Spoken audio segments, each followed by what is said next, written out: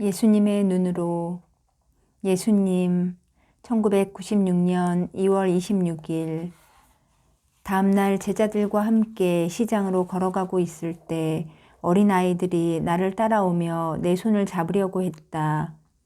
선생님을 귀찮게 하지 말고 저리 가지 못하겠니? 한 제자가 소리를 질렀다. 그 아이들을 쫓아버리지 말고 나한테 오도록 하여라. 아이들의 사랑은 순수하기 때문에 나에게 큰 기쁨을 준다. 나의 말을 듣고 모든 아이들이 활짝 웃으며 나를 에워쌌다. 나 역시 아이들의 마음속을 들여다보며 행복에 잠겼다. 모든 사람들이 이 아이들과 같을 수 있으면 얼마나 좋을까 싶었다. 한 아이가 내 손을 잡고 놓아주려 하지 않았다. 그냥 붙잡고 늘어지며 커다란 갈색 눈동자로 나를 올려다보고 있었다. 얘야, 내가 너무 꼭 잡고 있어서 내 손이 아플 지경이다. 나의 농담을 듣고도 아이는 아무 말도 하지 않고 계속 내 손을 잡은 채 나를 쳐다보고 있었다. 아이를 안아 올리면서 이름을 묻자 아이는 수줍어하며 요한이라고 대답했다. 요한은 좋은 이름이지 하느님의 진실한 친구라는 뜻이란다. 저는 하느님을 사랑해요.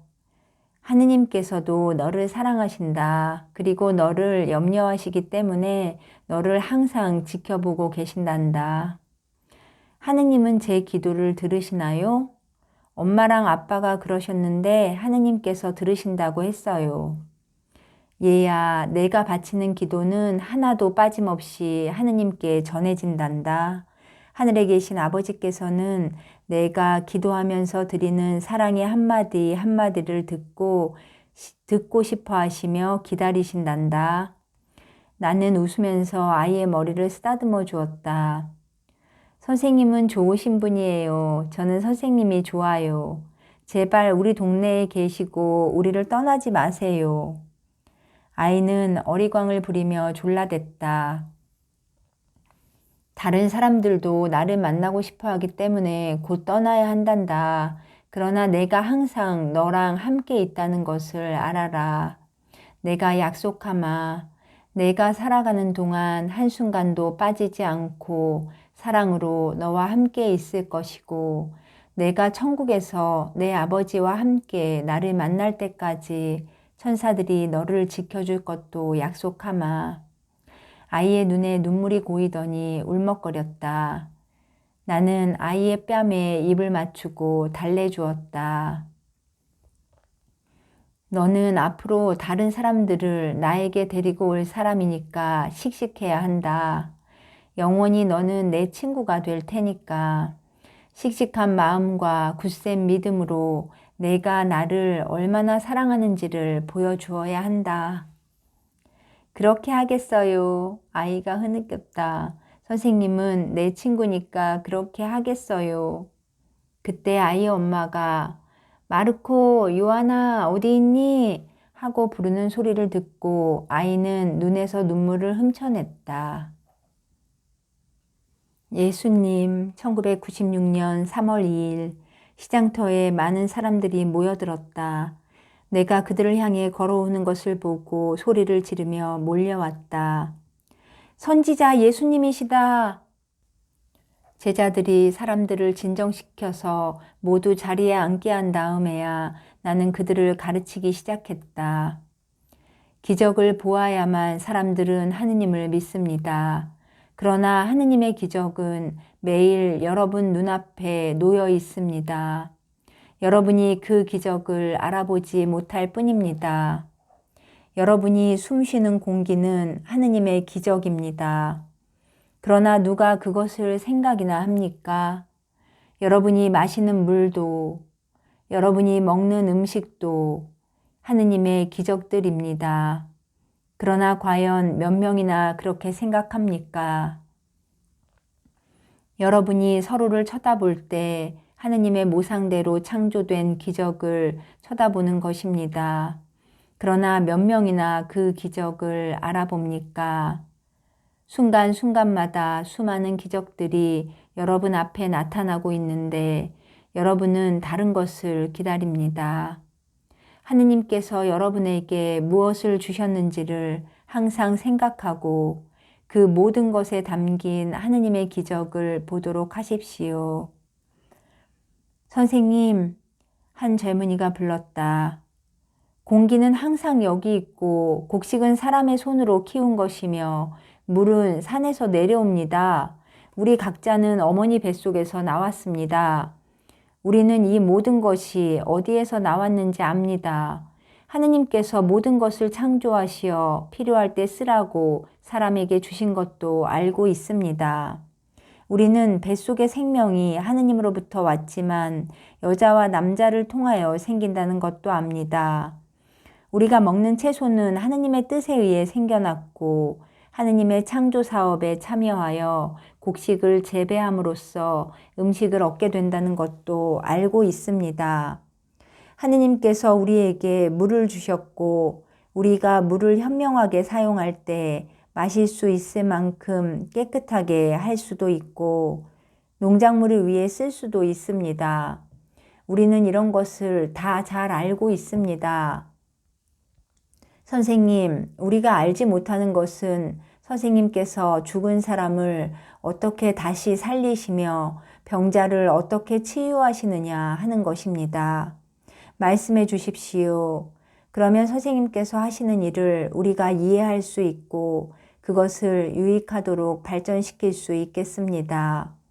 하느님께서 우리에게 주신 다른 선물들처럼 말입니다. 나는 그 젊은이를 쳐다보며 슬픔을 느꼈다. 그 젊은이 마음속에 쌓인 이기심과 자부심을 보고 슬픔을 느꼈다. 만약 당신이 이런 것을 다 잘 알고 하느님의 기적들을 알고 이해한다면 어찌하여 당신은 하느님께서 명령하신 대로 살지 않고 있소? 만약 하느님께서 당신에게 무엇을 주셨는지를 정말로 알고 있다면 당신은 영원토록 하느님께 드리는 감사와 찬미를 멈추지 않을 것이요. 하느님께서 이 모든 창조물을 당신에게 주신 의미를 진실로 이해했다면 당신은 그것을 탕진하거나 헛되이 써버리지 않았을 것이고 오히려 당신의 이웃들과 그것을 기꺼이 나누었을 것이요. 하느님의 창조물에 대해 잘 안다고 하면서 자기가 그 창조물의 임자라고 말하는 자들은 교만이 넘치는 사람들이요.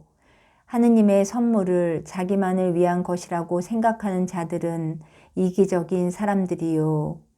하느님께서 주신 것을 무시해 버리거나 당연히 받아야 하는 것으로 여기는 자들은 벌을 받게 될 것이요.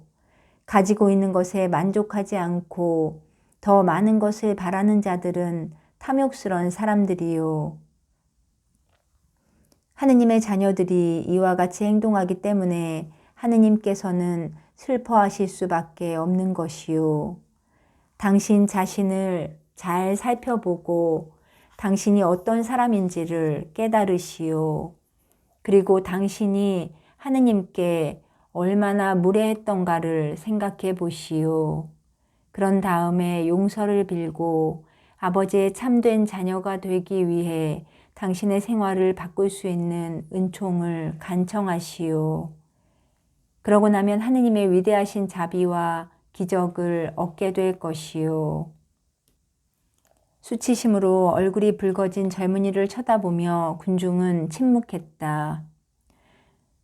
선생님, 제가 무례하게 군 것을 용서하십시오. 저는 아직 배워야 할 게 많은 것 같습니다. 선생님께서 저를 가르쳐 주셨으면 합니다. 젊은이가 용기를 내어 고백했다. 당신은 오늘 겸손에 대하여 아주 중요한 가르침을 받은 것이요. 내 말을 겸손히 받아들이는 것을 보니 당신의 마음이 진실하다는 것을 알 수가 있소. 모든 사람이 그렇게 겸손할 수만 있다면 하느님의 사랑이 모든 사람의 마음에 가득할 수 있을 텐데 말이요. 사람들이 병자들을 데리고 와서 낫게 해달라고 애원을 했다. 그 젊은이는 한쪽에 앉아서 지켜보고 있었다. 마침내 군중들이 다 돌아가고 난 뒤 그 젊은이가 다시 와서 청했다. 저도 선생님을 따르고 싶습니다. 내가 가는 길은 힘든 길이요. 여러 어려움이 따르기 때문에 많은 사람들이 중간에 포기하게 돼요. 계속해서 이 길을 따라올 만큼 그들은 강하지 못한 것이요. 선생님, 저는 할 수 있습니다. 젊은이 가족들에게 돌아가시오. 그들에게는 당신이 있어야 하오. 당신 아버지는 연세가 많아서 당신한테 의지하셔야만 하오. 선생님, 그러면 저는 어떻게 배울 수 있겠습니까? 슬픈 얼굴이 되어 그가 물었다. 나는 손을 내밀어 그의 어깨 위에 얹었다. 성서에서 배우도록 하시오. 하느님의 말씀을 읽으면 당신이 필요한 모든 것을 배울 수 있을 것이요. 어떻게 하면 하느님께서 원하시는 방식대로 살 수 있는지를 성서가 가르쳐 줄 것이요. 그런 다음에 하느님께로부터 받은 당신 생애를 하느님께 드리는 선물로 여기고 살도록 하시오.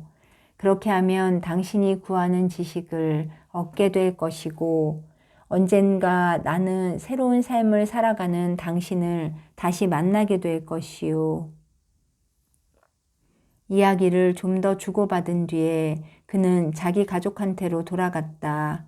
수많은 사람들이 그 사람과 같이 하느님을 알고 하느님의 뜻을 잘 안다고 말하지만 전혀 알지 못하고 있다는 사실을 생각하니 나는 다시 슬퍼졌다.